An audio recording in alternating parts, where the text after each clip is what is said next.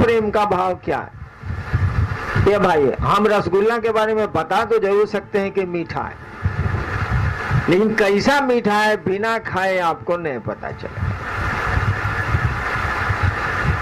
हम आपको चिट्ठी लिख सकते हैं कि कश्मीर में, गुलमर्ग में अभी कैसी खुशबू है, लिख सकते हैं, लेकिन वो खुशबू का अंदाज, उसका एहसास आपको नहीं हम दे सकेंगे।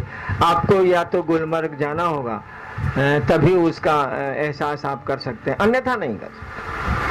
तो शिव और उनके शिष्यों में, शिव और उनके गणों में, शिव और उनके भक्तों में, शिव और उनकी शक्तियों के बीच सच्चा प्रेम का भाव क्या है, इसको समझाना बहुत कठिन है। ये समझाना आसान है, तुलना की जा सकती है। अगर किसी महिला से, किसी आदमी से, किसी भाई से, किसी दोस्त से आपको मोहब्बत हुई हो, तब समझाया जा सकता। लैला मजनू की कहानी सुनाएंगे तब भी आप नहीं समझेंगे, हीर राजा की कहानी सुनाएंगे तब भी आप नहीं समझेंगे, मीरा कृष्ण की कहानी सुनाएंगे तब भी आप नहीं समझेंगे, मंसूर और खुदा की कहानी सुनाएंगे तब भी आप नहीं समझेंगे। सुना देने से आप कैसे समझ लीजिएगा भाई जी? जब तक आपके भीतर तड़प नहीं होगी, जब तक आपके भीतर बेचैनी नहीं होगी, तब तक कैसे समझिएगा?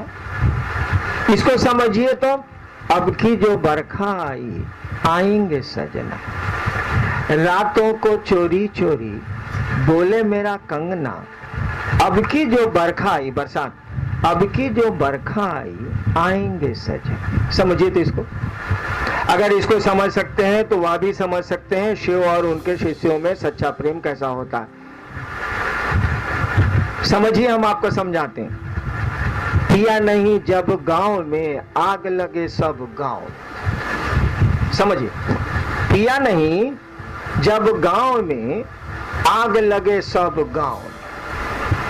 समझिए इसको।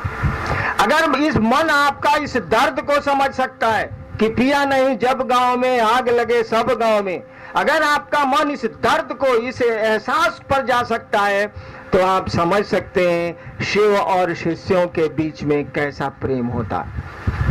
अगर इस दर्द तक आप नहीं जा सकते, दुनिया की कोई ताकत आपको नहीं समझा सकती। फूल भी हो, कल ही मैंने कहा था, फूल भी हो धर्म या तो फासले हुए। वाह, क्या बोल रहा है? मोहब्बत करने वाला कह रहा है कि अगर फूल भी घुस गया बीच में ना, तो दूरी हो गई।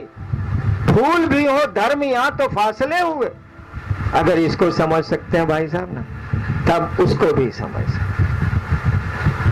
ऐसे नहीं, ऐसे कोई आपको नहीं समझा सकता। उस महिला की स्थिति में जाइए जो कह रही है कि पिया नहीं जब गांव में, आग लगे सब गांव में। इस स्थिति में जाइए,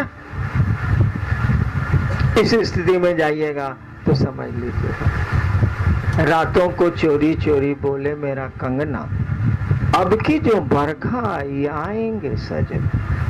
जाइए इस मन स्थिति में, आपको बात समझ में आ जाएगी कि शिव से और उनके शिष्यों का प्रेम कैसा होता है।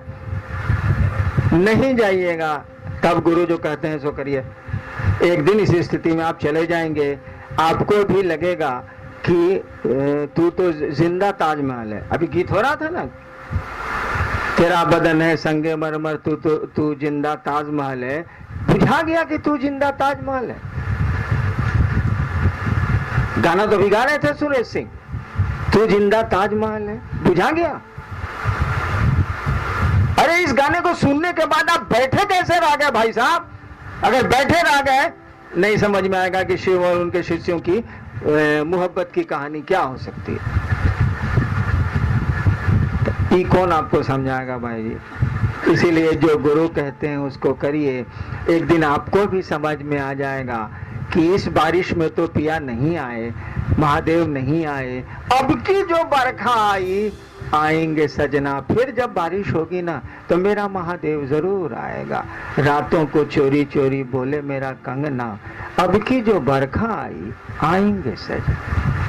इस स्थिति में जाइएगा तभी समझ सकिएगा। अन्यथा कहानियों में क्या रखा, हम भी बहुत कहानी जानते हैं, जिसकी कहिएगा उसकी सुना देंगे, उनसे कुछ होता नहीं है। मोहब्बत एहसास है, मोहब्बत कहानी नहीं है। प्रेम एहसास है, कहानी नहीं। आगे